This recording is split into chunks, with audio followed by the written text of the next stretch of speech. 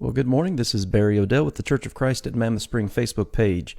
Hey, Linda and Debbie, good to see you guys on here. And I know there are others who are watching the stream, not commenting, and that's okay. Good morning, Diana. Good to see you on here. Let me, I forgot to pull up the PowerPoint, so let me get that up here real quick. And I will be with you in just a second. Let's see here. Where are we? Daniel chapter 10. There we go. All right. We're ready for Daniel chapter 10 today. I forgot to do that ahead of time. Good to see you on here this morning. Hey, Connie and Lyle, Brian, Charles. All right. There's Gail. Okay, guys. Good to see everybody on here this morning. We are in the most difficult section of the book of Daniel. No question about that one. We did chapter 9 Tuesday. I didn't go live yesterday. We had some pretty strong storms come through here, and a lot of rain and lightning and thunder, so that's why I didn't go live yesterday. And just last night I finished my meeting at the Washington Avenue Church of Christ in Jonesboro, where my friend Aaron Dodson preaches. It's a good congregation down there. Got to know those folks this week, and really enjoyed my time down there. And if you've not checked out their Facebook page, Washington Avenue Church of Christ, and it's the one in Jonesboro, Arkansas, give them a like here on Facebook and follow their page. They do some good stuff. All right. So we looked at Daniel chapter 9 on Tuesday. And most people believe when you look at Daniel chapter 9, the most difficult section of this book to understand is Daniel 9 verses 24 through 27. And that is because there are so many approaches to interpreting that passage. And that's one thing I mentioned to you guys just the other day on Tuesday, that Aaron and I, when I would go down there early Monday and Tuesday, we sat around and talked about this for a couple hours this week, and messaging back and forth on Facebook. It's good to have people like that you can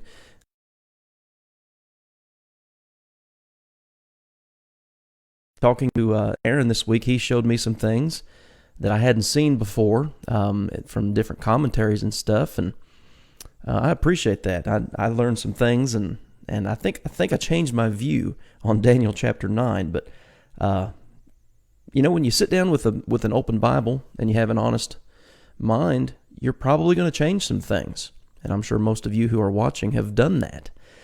And just as long as we're faithful to the text and allow it to lead us, and not what we think it says, and that can be a temptation sometimes. Anyway, kind of off subject there. We are ready for Daniel chapter 10 today, and what I've called this chapter is Daniel's Reassurance. So let me do this here. Daniel chapter 10. This is a revelation about Persia and Greece. So these last 4 chapters. Now the whole book of Daniel, throughout, starting in chapter 2, all the way through the end of the book, we have repeated visions, dreams, events that take place that are very specific, that are very dated, that we can trace through the study of secular history. It's so interesting. That's one of the interesting things about Daniel is the specificity of his prophecies, and the development of God's, as we call it sometimes, God's scheme of redemption, God's plan. The book of Daniel really sheds a lot of light on that. Well, the same thing's true here in Daniel chapter 10. It's a little bit different, but we do learn some things in this chapter that are extremely important. One of the important things is this phrase that we're going to see a couple of times, appointed time and latter days. And we're going to see these phrases in the last couple chapters. And the appointed time, for instance, we start looking here in Daniel chapter 10, the first 9 verses. He is told, or we are told, that he was greatly troubled by a vision. But one thing we are also told is, in verse 1, the appointed time was long. He's going to see a vision here, but it's in regard to things that are way off in the future. He's not going to live to see these things. He's already probably in his mid-80s or so. We're looking at about 535 BC here, in the 3rd year of Cyrus, king of Persia. A message was revealed to Daniel, whose name was called Belteshazzar. The message was true, but the appointed time was long. So that's important to grasp. It wasn't going to happen in Daniel's day. But here's another thing. We're not waiting for it to happen in our day either. So somewhere between Daniel's life and our life, the events of this chapter and the chapters that will follow were fulfilled. Just important to pay attention to phrases like that. He understood the message and had understanding of the vision. In those days, I, Daniel, was mourning 3 full weeks. I ate no pleasant food or meat or wine came into my mouth, nor did I anoint myself at all till 3 whole weeks were fulfilled. These visions are very troubling to him. And as you're going to see as we develop this, particularly chapters 11 and 12, these visions that Daniel sees are specifically stated to be in regard to his people, all right, the Jewish nation. They are in Babylonian captivity at this time. Some have already been permitted to go back by Cyrus's decree. That's recorded in the book of Ezra. But many, like Daniel, were still not home. They were still, as we'll read in chapter, right here, in verse 4, he's still by the Tigris River. He's still in Babylonian captivity. So that's important to know too. He's troubled. On the 24th day of the first month, as I sat by the side of the great river, that is, the Tigris, I lifted up my eyes and looked, and behold, a certain man clothed in linen. Now he's called a man here, but as you read down through verse 9, we learn that this is obviously a messenger. This is a vision, verse 7, that Daniel sees. He's described here, this man that he saw. He's dressed up like a priest, priestly garments, linen, clothed in linen. Verse 5, whose waist was girded with the gold of Uphaz. His body was like beryl, his face like the appearance of lightning, and his eyes were torches of fire, his arms and feet like burnished bronze in color, and the sound of his words were like the voice of a multitude. So obviously, this is not a literal man, a human being. This is an angel. This is a messenger sent to Daniel with something. He alone saw the message, or rather saw the vision, verse 7. The men who were with me did not see the vision, but a great terror fell upon them, so that they fled and hid themselves. That's not the only time we see that kind of thing happening. When Saul of Tarsus was confronted by Jesus, he was the only one that understood what Jesus said in that vision that we have recorded in Acts chapter 9, even though there were other people around him. So this is not unusual in events like this.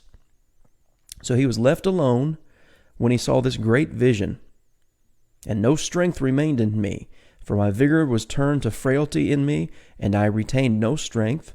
Yet I heard the sound of his words, and while I heard the sound of his words, I was in a deep sleep on my face, with my face to the ground. And again, I can't help but think of Hebrews chapter 1, verse 1. God, who at various times and in various ways spoke unto the fathers by the prophets.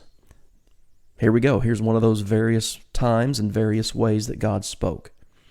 So that's verses 1 through 9. Daniel is greatly troubled by a vision, but then you have his being reassured as recorded in verses 10 through 14. Suddenly a hand touched me, which made me tremble on my knees and on the palms of his hand. He's, kind of in a prostrate position, shaking, trembling.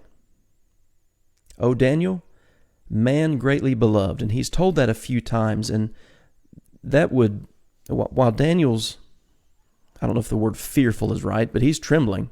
I guess he is scared. He is reassured that he's greatly beloved.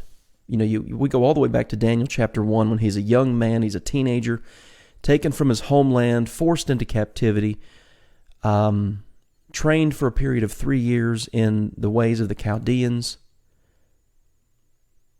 You think of a 16-year-old, something like that happening to them today. Our teenagers these days are not, they're not as mature, I guess I would say, as our teenagers were even 30 or 40 years ago. Just a different time. But you think about what Daniel went through at a very young age. Well, now he's in his mid-80s, and he's remained faithful to God this whole time, even though he's not at home. Even though he can't go to the temple in Jerusalem, he's still faithful to God. He's never compromised, and they couldn't find any fault with him. Remember that from Daniel chapter 6. He is a man greatly beloved. Then down verse 19, O man greatly beloved. It's said a couple of times here in this chapter. He says, understand, back up in verse 11 now, understand the words that I speak to you and stand upright, for I have now been sent to you. While he was speaking this word to me, I stood trembling. So again, still in fear. Do not fear, Daniel. For from the first day that you set your heart to understand and to humble yourself before your God, your words were heard. And we saw that happen even back there in Daniel chapter 9 with Gabriel. Daniel was praying that prayer of national confession and national repentance. And as he was praying, you recall that God sent Gabriel to him to comfort him and to reveal things to him. I have come because of your words. Now we get here to verse 13, Daniel 10 and verse 13, and some interesting things start happening. And there are some things that are revealed to us in Scripture that are kind of like this. It's revealed to us, but the how, the when, the where, we're not given all the details. So there may be questions that we have about certain things like this particular passage that frankly the Bible does not give us an answer to directly. But we will look at some things today that perhaps will help us. So verse 13 of Daniel 10, But the prince of the kingdom of Persia withstood me 21 days. And behold, Michael, one of the chief princes, came to help me. Michael, of course, is the archangel. We read about him in the New Testament. We read about him in the book of Jude. Whatever's going on here, this is in the realm of the angelic. Hebrews chapter 1, and really chapter 2 as well, talk to us about angels. And the point of those two chapters is that Jesus is superior to the angels. But those two chapters do teach us that there are created beings called the sons of God in Job chapters 1 and 2. There are created beings who are of a higher order than we. They're not God, but nor are they human, and they are active. We know that stuff. Michael, one of the chief princes, came to help me, for I had been left alone there with the kings of Persia. So Michael's called a chief prince. There's a prince of Persia. There are these spiritual beings in a realm that's unseen. Now I have come to make you understand what will happen to your people, the Jewish people. Verse 14 here, in the latter days, for the vision refers to many days yet to come. What's getting ready to be revealed here in the remainder of the book, 10, 11, and 12, has to do with specifically Jewish history. And Daniel's going to learn a lot of things. Like I said, these things are not going to happen in his lifetime, and we're not still waiting for them to happen today. Somewhere between Daniel and us, these things were all fulfilled, all right? So verses 10 to 14, Daniel's reassured, and then verses 15 through 21, Daniel is strengthened. Again, Daniel turned his face to the ground and became speechless. And suddenly one having the likeness of the sons of men, another angel, touched my lips. Then I opened my mouth and spoke, saying to him who stood before me, My Lord, because of the vision, my sorrows have overwhelmed me, and I have retained no strength. If that's Daniel's response, and Daniel, we looked at this in the beginning of our study of Daniel over in 2 Peter chapter 1. If Daniel didn't have a full grasp of everything he was going to see, everything he was going to go through, the dreams he was going to interpret for Nebuchadnezzar and the handwriting on the wall for Belshazzar, we have the New Testament that reveals a lot of that to us, the fulfillment of a lot of those things to us. Daniel didn't have all of that as we have it, but he did have these angels who assisted him, who strengthened him, who reassured him of a variety of things.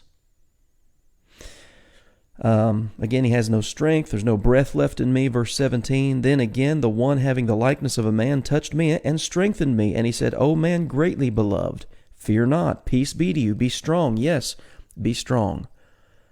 So, words of encouragement here to a man of God. So when he had spoken to me, I was strengthened. Let my Lord speak, for you have strengthened me. All right, he's ready now. He's, when you start reading the first 9 verses here, it's almost like he's in shock of what's happening. But now that the communication process has started, he's ready. All right. Do you know why I have come to you? The angel asks him in verse 20. Well, look back up in verse 12. I have come because of your words, number one. And then you look at verse 14.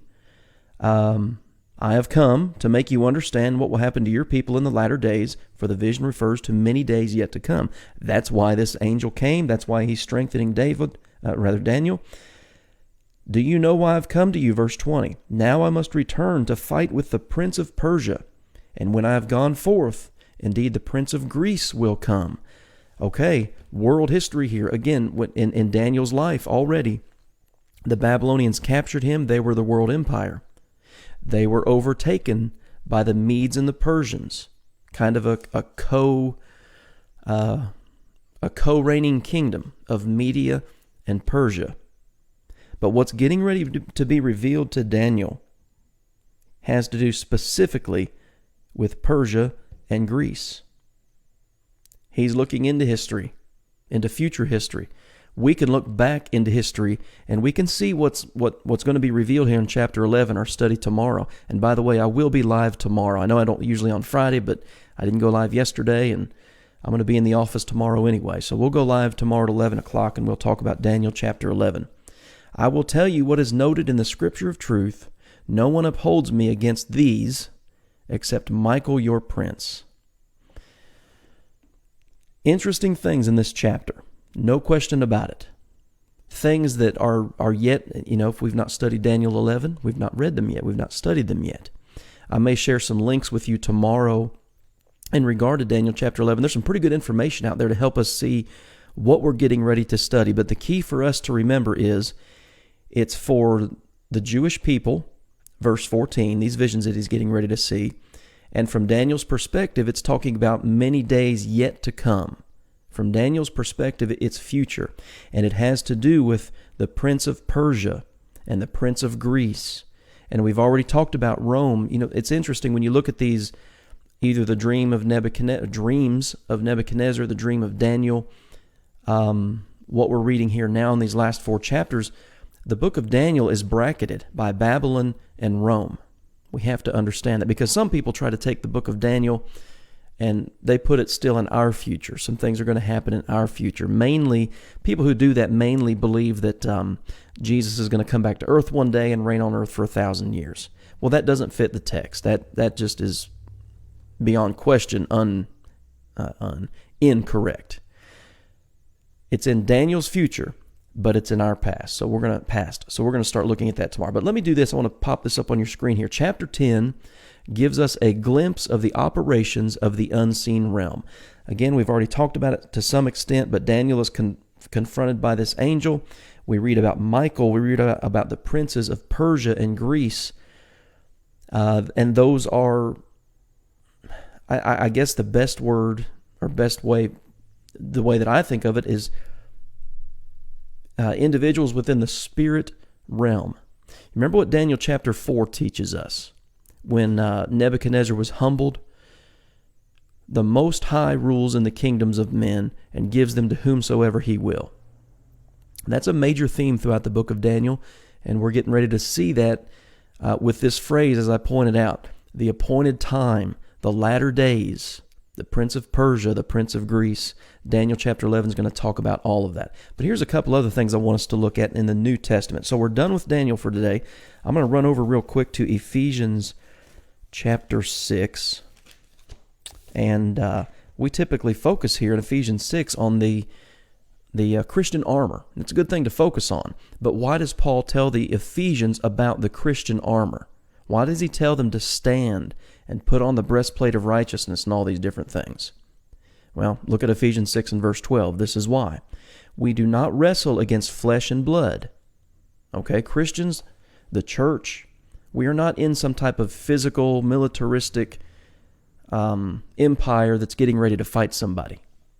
We do not wrestle against flesh and blood, but against principalities, against powers, against the rulers of darkness of this age, against spiritual hosts of wickedness in the heavenlies. That's what we're reading about in Daniel chapter 10 and what we'll read about in chapters 11 and 12. We're reading about these principalities, and that word means persons of power or influence. against the rulers of darkness of this world, spiritual hosts of wickedness in the heavenlies. We have this realm right now. We have our five senses. We can see things, smell, touch, taste, and hear. The fact of the matter is this: there's another realm that exists that we can't see and that we don't have all the answers for.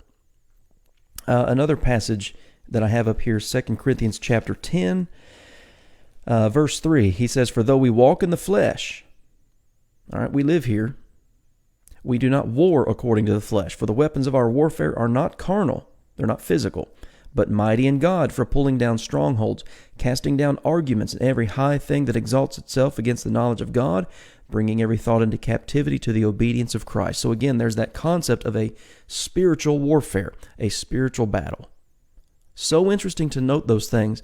And this is one of those subjects that is kind of scattered throughout Scripture that we're given some details on and we're given some specifics, but that we simply don't have all the answers to. But Daniel chapter 10, Daniel's learning, and we're learning, that he's given some insight into these unseen realms, if you will. All right, guys, that's Daniel chapter 10. I see one comment here. I see a bunch of greetings. Glad all of you were on here today. As always, if you have any questions or comments, put it in the comment section here. Send me a message, however you want to do it. Deborah says, "It seems Daniel was nearly scared to death, and the angel was telling him everything would be all right." I think you're right, Deborah. That's exactly right. Much like we would tell someone it's going to be all right when they can't seem to hold it together. That's exactly what was happening. And the reasoning, again, you remember, stated there twice in Daniel 10, this Daniel was a man greatly beloved. God is not abandoned his people, even though they're not in Jerusalem. God is still with his people, even though they were scattered in persecution, scattered in not persecution, but captivity and things like that. Okay, guys, that's all I've got for today. Like I said, I will be live tomorrow. We'll look at Daniel chapter 11 and look at the process for us of history and the process of Daniel from his perspective of future history. So I hope to see you back here tomorrow, and I hope you have a good day.